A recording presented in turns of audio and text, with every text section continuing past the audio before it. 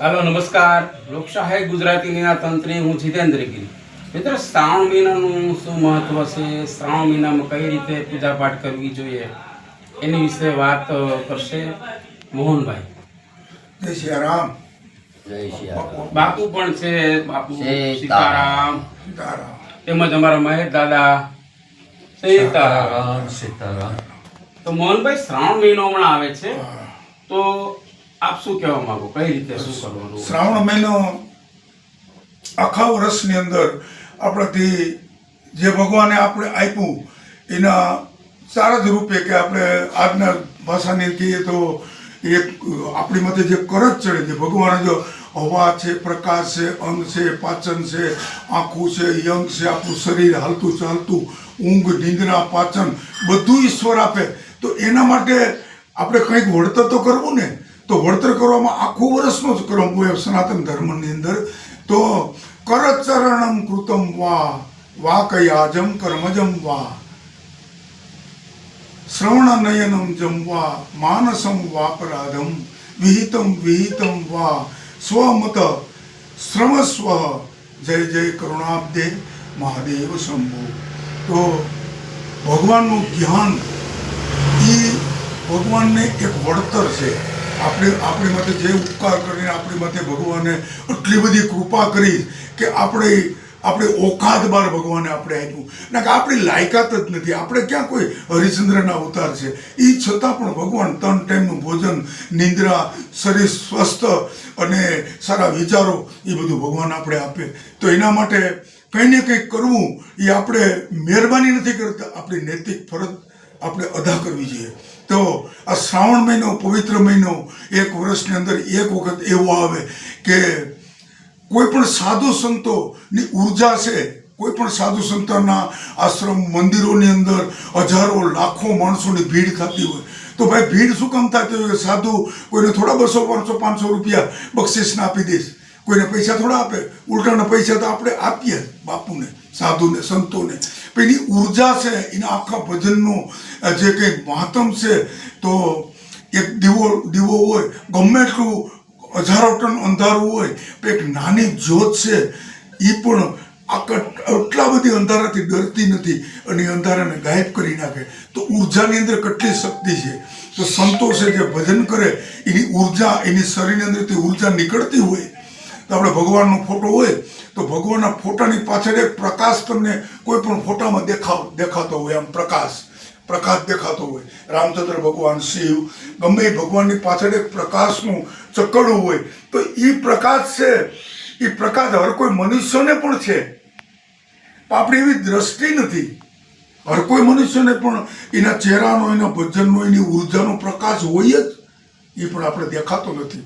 તો આપણે મહત્વની વાત ઉપર કે તો શ્રાવણ મહિનો પવિત્ર મહિનો, આ મહિનો આપણા માટે કદાચ છેલ્લો પણ હોય, કોઈ ગેરંટી નથી કાલની।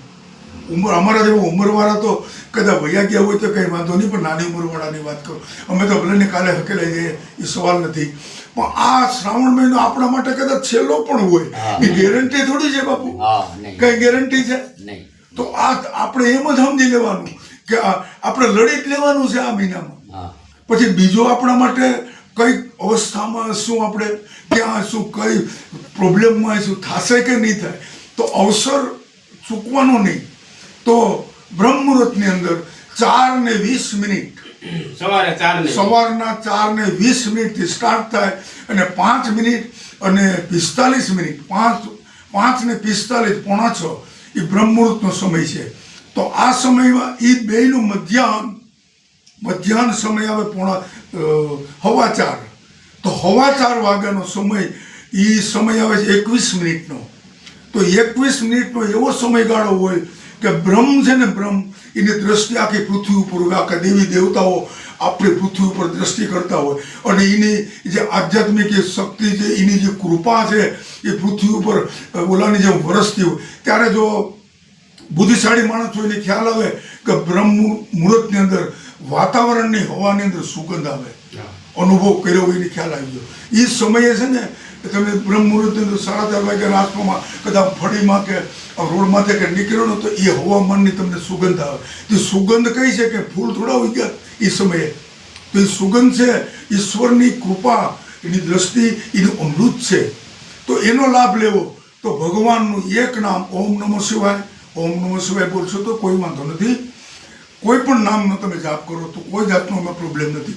કૃષ્ણ જપો, રામ જપો, ગમે એ જપો, પણ નામ જાપ જો 21 મિનિટની અંદર જેટલા નામ જાપ થઈ ગયા એ એક નામ 108 બરાબર ગણાશે. આખા વર્ષનો તમારો ભજન ન કરવો, ન કર્યું હોય, ખાડો પીડ્યો હોય, ન થઈ શક્યું હોય, બીજામાં સમય ગયો હોય તો એ ખાડો પૂરવા માટેનું એક આ શ્રાવણ મહિનાનો એક આપણી માટે મોટામાં મોટો સમય આવે છે. આપણે આમની ઉપર વશિષ્ઠ કુંભોદ ભગવત માર્ય મુનિન્દ્ર દેવાર્જિત શેખરાય ચંદ્રાકર વિશ્વાનર લોચનાય તસ્મે વકારાય નમઃ શિવાય. આ દેવો દેવતી ચંદ્ર જે કઈ ઋષિ મુનિઓ છે એ નામના જાપથી દેવ બન્યા છે. જે શેષનાગે પૃથ્વી ઉપાડી તો એને 10,000 મુખ છે. એકવાર રામ બોલે એટલે 10,000 બોલાઈ ગયા. 10,000 એવા અનાદિ કાળથી આજે કરોડો વર્ષથી એ નામ જાપ કરે, એની શક્તિથી આ પૃથ્વીને ગોળો ઉપડે. તો આપણા પરિવારનો એટલું ભરણ પોષણ આપણે કરવામાં એટલો ભાર નહીં ઉપાડી શકીએ, પણ આપણે નામ જાપ કરવાની જરૂર છે. નામ જાપ સિવાય કલિહિ કેવલ નામધારા સુમરે સુમરે ઉતરે બહુ પારા. અને આ સમયની અંદર નહીં કલી કર્મ ન ભક્તિ વિવેકું, રામ નામ અવલંબન એકું. એના સિવાય બીજી કોઈ વસ્તુ છે નહીં, કોઈ વસ્તુ જ છે નહીં. કલે રામચંદ્ર ભગવાન. તો મિત્ર બહુ સરસ મજાની મોહનભાઈએ વાત કરી. કળિયુગમાં મિત્ર હાલતા ચાલતા તમે ગમે તે દેવી દેવતાનું નામ લો, બસ સમરણ અને સમરણ. અને હમણાં જે શ્રાવણ મહિનાની વાત કરી, બહુ સરસ વાત કરી. 4 થી 6 નું મુહૂર્તની વાત પણ એમની બરાબર છે. મિત્ર એ તમે એ સમયમાં કરો તો તમને 100 ગણું ફળ મળે.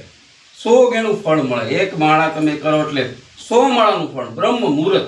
મિત્ર શ્રાવણ મહિનો છે, બને તો ઓમ નમઃ શિવાયના મંત્ર જાપ કરો. શિવજીને દૂધ ચડાવો, કાળા તલ ચડાવો, જલ ચડાવો, ધતુરાનું પુષ્પ ચડાવો.